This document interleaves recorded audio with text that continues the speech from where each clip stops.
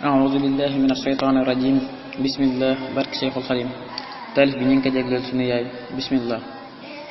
ma jóg man te wuddaa ak xalim way fi way wu neex te jagleel ko man yaay booy te ñaanal ko moom mu féex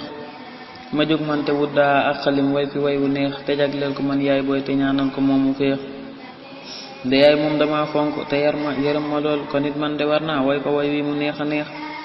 dama tee ba may tuut tànk nàmpal ma sàmm ma tayit moom bu neexoon def ni gaa yi de sànni ma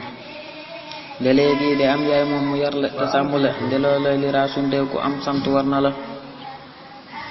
ma santaat de yàlla dellu bàkkaat ko moomu may ma am yaay ju baax man sant buur bii de war na